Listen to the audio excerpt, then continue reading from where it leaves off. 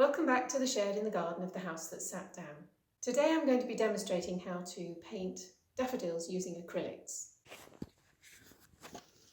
Okay, so today I'm going to be starting another acrylic piece, but I don't have a canvas the right size, so I'm using a bit of card. I've torn off the back of a sketch pad, just about the right size, probably slightly too big, but I can trim it down in a minute. I'm covering it with white acrylic paint, a nice thick layer, and then leaving it to dry. And then I shall trim it down to the size that I want it to be.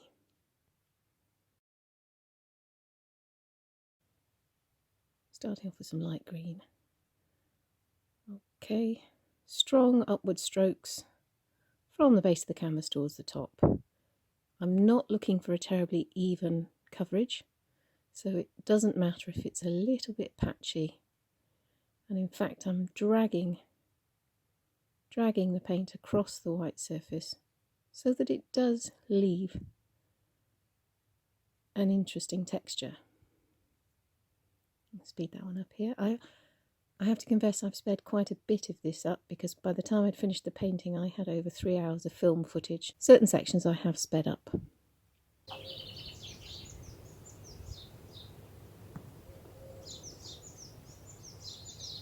Okay, that's looking better. Now I'm dragging almost dry paint up to cover the final bits of white.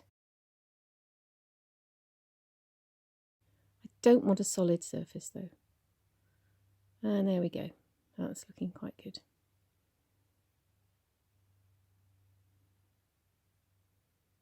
Okay, so now we're going to be sketching our daffodil outline onto the green. I'm going to stick with a similar design to the one that we did with the pencil sketching because I think it works really rather nicely for this size and shape of canvas. Starting with white and yellow just to sketch a light outline of the daffodils and where I think they're going to sit on the canvas. So this is the trumpet section of one of them. Now I don't have to be too careful, just putting a rough outline down there, and I'm not too worried particularly about the colour that I'm using, whether it's yellow or white. Preferably a lighter colour rather than a darker colour, because we need to sort of neutralise some of that green underneath so that it doesn't show through the paint.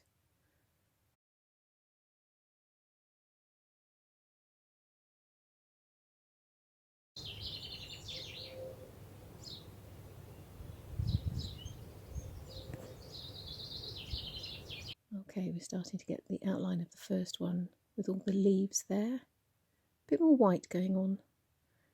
Okay, the second trumpet is appearing to the left now. I'm afraid I'm learning the technology of the videoing here, and unfortunately as I painted this I did get my head in the way, so I've had to cut a few sections out so that you can actually see what's going on.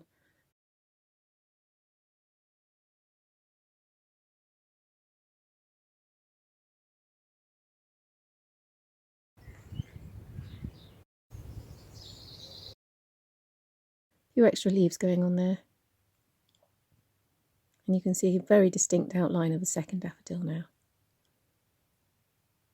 And the third one has appeared at the top, and a little bud at the bottom, sort of semi-opening. And then the fifth one, as I say, we go in odd numbers to construct the picture. Now this section here, you can see that I'm filling in the area where the flowers' leaves will go. And I am basically using a mix of very pale yellow and white in order to lift that green out of the canvas in those areas, because I don't really want green showing through when I paint the flowers. But you get a much better look to the painting if you do it this way and put the background colour on first and then paint the flowers over the top.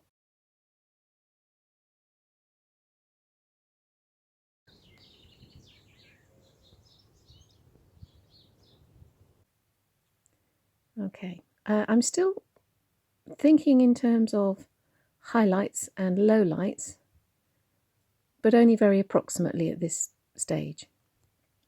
I just need to fill the rest of them in. But maintain the basic structure of the flower as it will appear. Right, so we're going to start now with some more detailed colour. Starting with some very dark yellow in where the majority of the main shadow on that leaf will be, and then filling in with a lighter yellow across the body of the leaf. And in a minute I shall be bringing in a highlight where I think the sunlight will catch this particular flower.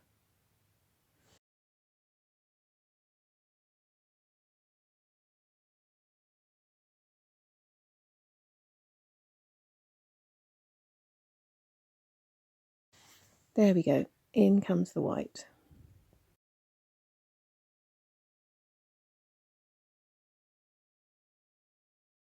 The key to this is to keep your brush strokes moving out and down the leaf, all in the same direction, and then to blend the colours together once you've got the areas covered in the way that you feel that the shadows will fall.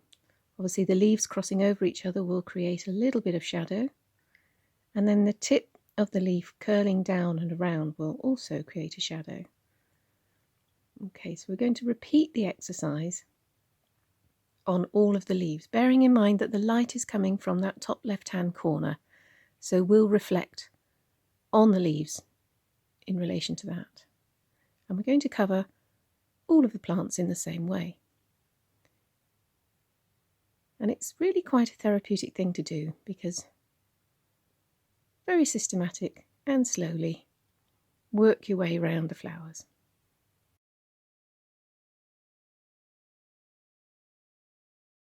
Okay, so now we're working on the tip of the trumpet here. So we're initially highlighting the very, very tip of those frilly edges that you get in the trumpet section of the flower. They curl round a little bit. They're really very pretty, almost lacy. And because they are sticking out from the centre part of the flower, they would be catching the light much more than any other part. Hence we're going in with white to start with. And just wiggling it around. Okay, now we're going to be pulling down from that edge into the central part of the flower. And we need to create a sensation of depth. So constantly starting at the edge and dragging down with an alternate mix of yellow and white. Now, I don't mind in this section of the flower if a tiny little bit of the green shows through. It makes this portion of the flower appear to be quite different from the rest of the leaves. And that's really what we're wanting to achieve here. Clearly I don't want it to be all green, but I don't mind if the green underneath is influencing the colour of the yellow on top. Hence I'm not blanking it out with white.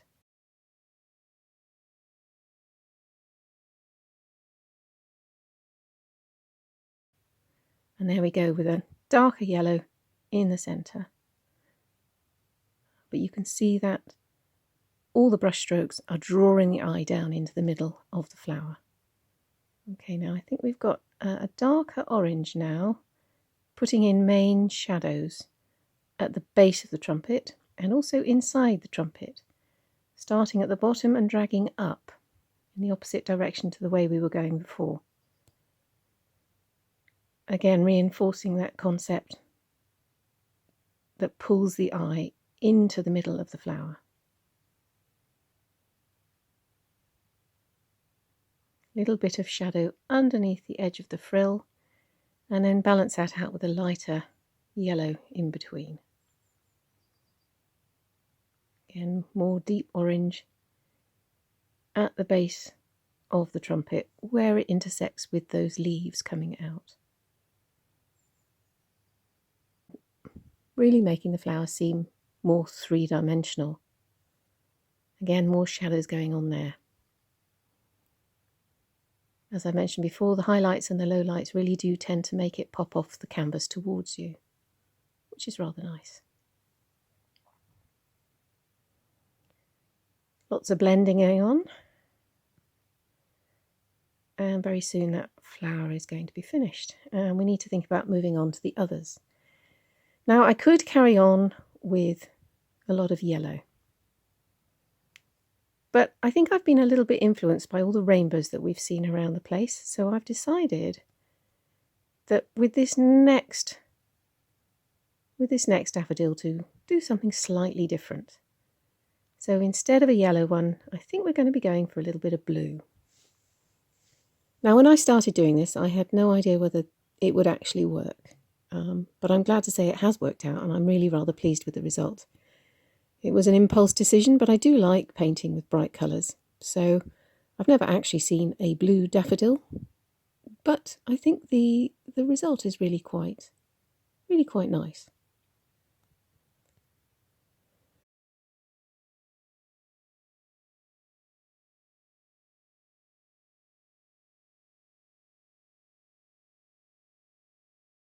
I was inspired to learn to paint many, many years ago by my grandmother, in fact. And I vividly remember when I was 6 years old, seeing her paintings on display for the very first time.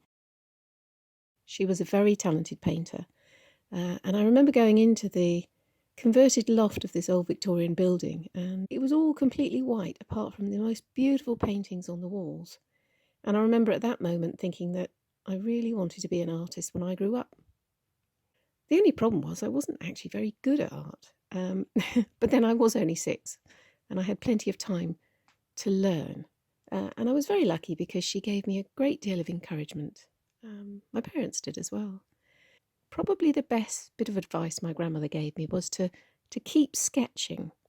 She said, if you draw something every single day, it doesn't have to be much.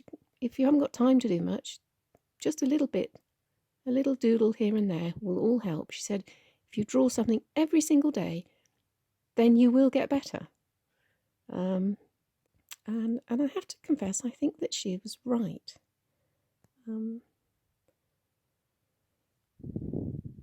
important thing is to keep drawing. She said, if you haven't got time to paint or access to paints, the important thing is to keep drawing, and then you get your eye in with perspective. You get to understand how the different shapes work. She was a very clever lady. I like to think that she knew what a gift it was that she was giving me. In encouraging me to learn to paint, she was actually giving me one of the tools that I was going to need to help myself cope with the general stresses and strains that you undergo in daily life.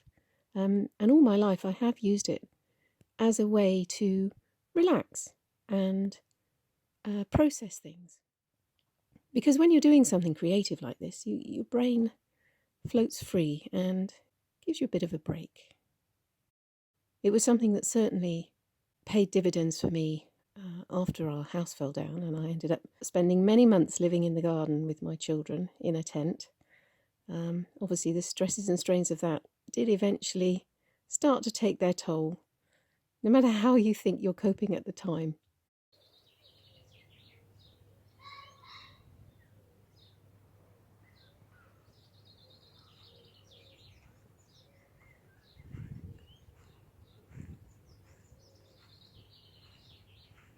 So we've moved on to the third daffodil now, and as with the blue one, we've decided not to go with traditional colours.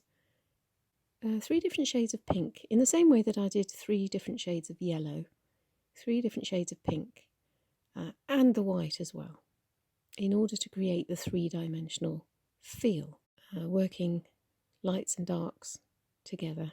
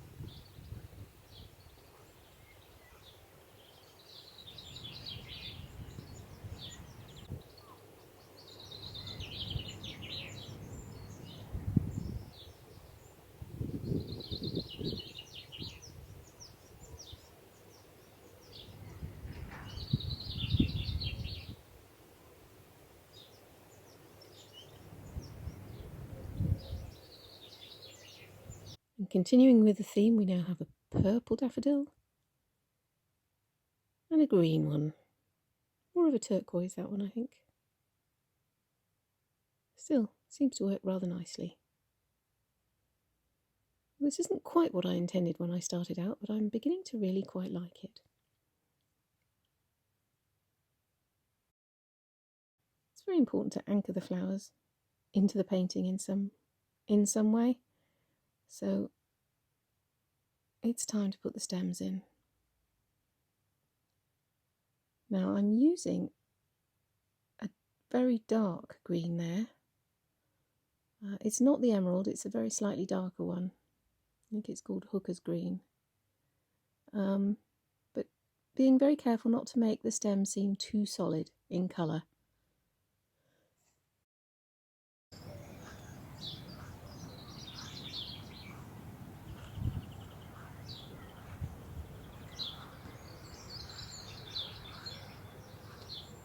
So a little bit of white going in there. And there we have all the stems and leaves going on. Again, not putting any terribly solid leaves in, and nothing that goes right to the edge of the canvas. Just a suggestion.